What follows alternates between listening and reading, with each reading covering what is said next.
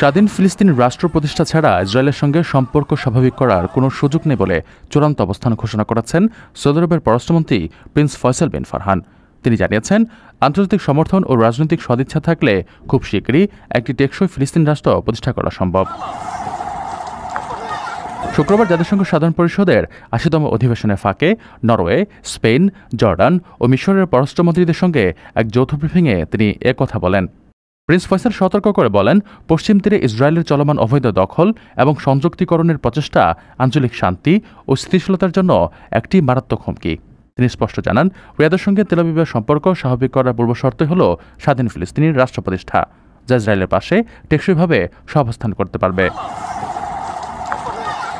এই ব্রিফিংয়ে স্পেনের পররাষ্ট্রমন্ত্রী ফিলিস্তিনি কর্তৃপক্ষকে আর্থিকভাবে সহায়তার জন্য ৫০ মিলিয়ন ইউরো দেওয়ার প্রতিশ্রুতি দেন।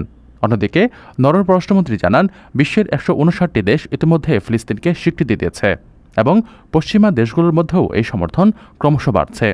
সবশেষে প্রিন্স ফয়সাল পুনরায় জোর দিয়ে বলেন, ফিলিস্তিন রাষ্ট্র প্রতিষ্ঠা এখন কেবল আন্তর্জাতিক রাজনৈতিক সদিচ্ছার উপরেই নির্ভর করছে। প্রিয় প্রবাসী, আপনার নিরাপদ ভবিষ্যতের জন্য অর্ধেক দামে আজই ফ্ল্যাট বুকিং করুন। ঢাকায় প্রবাসী সিটি দিচ্ছে সীমিত সময়ের স্পেশাল অফার।